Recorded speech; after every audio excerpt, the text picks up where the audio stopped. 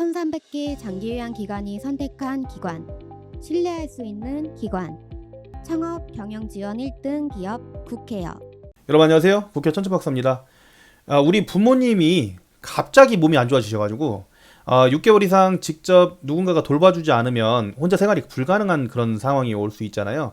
그런 경우에 우리가 노인 장기요양 보험 제도를 이용하게 됩니다.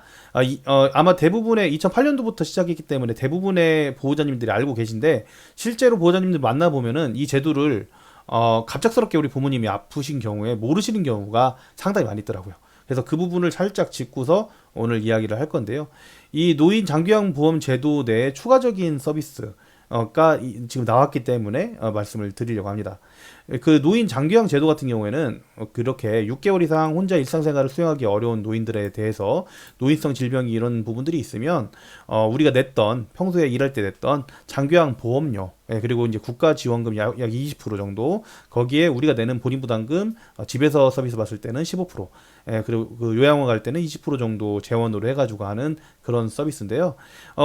보통 그 어르신들이, 우리 부모님이 등급이 나와야 됩니다. 그래서 등급이 나와야 되는 게 공단에서 인정 조사를 하고, 그에 따라서 결과가 나와서 등급 판정이 나오면 그거의 등급에 따라서 서비스를, 급여라고 하죠. 서비스를 이용하는데, 이렇게 1등급부터 인지 지원 등급까지 등급이 나눠집니다. 그래서 여기서 떨어질 수도 있고요. 신청한다고 다 되는 건 아니고 정말로 이 서비스가 필요한 분들한테 이렇게 이제 제공이 되게 돼 있습니다. 서비스 종류는 보통 그 집에서 서비스를 이용하는 경우 재가급여라고 하고요. 요양원 가실 때는 이제 시설급여, 그 가족요양 가족한테 그 부분을 현금을 지급하는 특별 현금급여가 있습니다. 근데 보통 일반적으로 방문요양, 방문복약, 방문간호, 그리고 주야간보, 그다음에 요양원, 이렇게 이제 보통 많이 이용을 하시죠.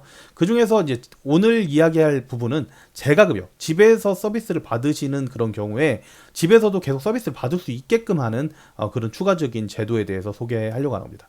그 내용이 뭐냐면, 제가 노인주택 안전환경 조성 사업인데요. 아직 시범 사업이에요.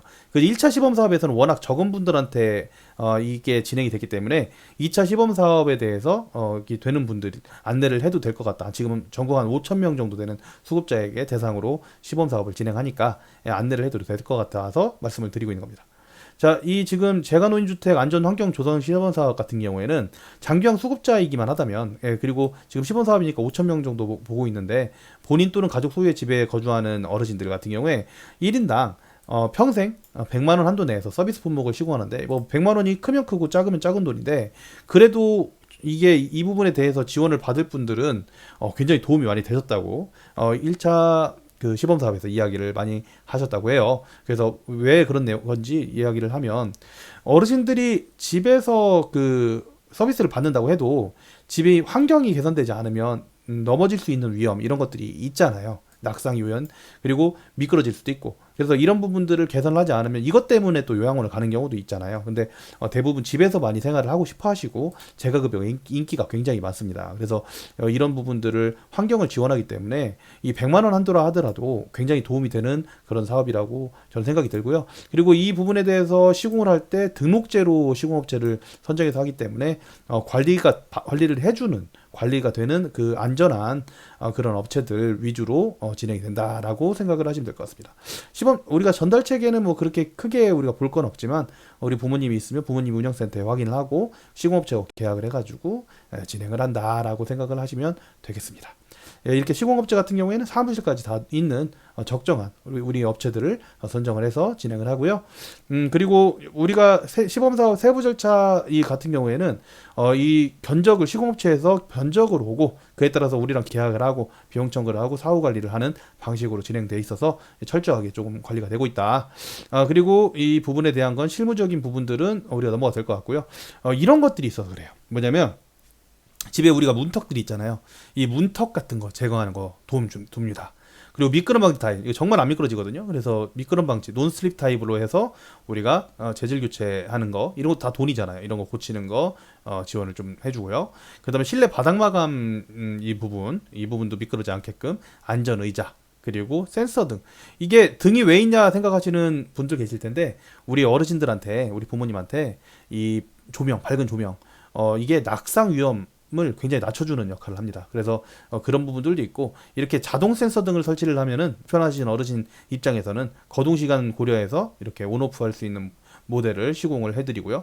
그 다음에 조명 리모컨이 있어서 누운 상태, 앉은 상태에서도 조작이 가능하게끔 만들어 드린다라고 조금 생각을 하고, 조작판 같은 경우에도 이게 아픈 분들 입장에서는 굉장히 되게 중요한 내용이거든요. 그래서 스위치 변경도 가능하고, 도어 체크도 휠체어가 완전히 지난 다음에 닫힐 수 있도록 제품으로 교체할 수 있고, 그 다음에 비디오폰도 이렇게 외부 방문객 정보를 초인종 설치해서 누워서 손이 닿을 수 있는 거리다 설치를 옮겨드리기도 하고, 그리고 이렇게 그 스위치 콘센트 위치를 조절해드리기도 하고, 화재 감지기도 설치하고, 그 다음에 자동가스 차단기 세면대 위치 변경도 가능한 그런 부분이에요.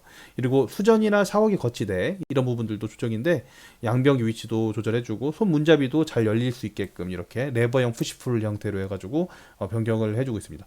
근데 이거보다 가장 인기가 많았던 게 문교체라고 해요. 문교체. 1차 시범 사업에서 문교체. 그래서 문철거를 해가지고 이렇게 미닫이 문 설치해서 미닫이 문으로 설치를 해가지고 우리가 많이 하거든요. 그럼 앞뒤로 밀리지 않게끔 해서 열기도 좋고 닫기도 좋고, 그리고 공간도 확보되고, 이게 인기가 가장 많았다고 합니다. 그래서 결과적으로 평생 동안 한번 100만 원 시공 받을 수 있는 그런 기회가 온 것 같아요. 그래서 먼저 안내를 하게 되었고요. 지금 2차 시범 사업이기 때문에 5,000명 내에서 지금 그 선정돼 있는지 확인을 한번 해보시고, 공단에 확인한 다음에 이 부분 나중에 지금 아니더라도 3차, 4차 실제 일반 사업이 됐을 때 한번 시공 받아보시면 좋을 것 같아서 안내를 드리게 되었습니다. 예, 감사드리고요. 그 어르신들 돌보시느라 정말 고생이 많으십니다. 예, 저는 국회의원 천천박사였습니다. 감사합니다.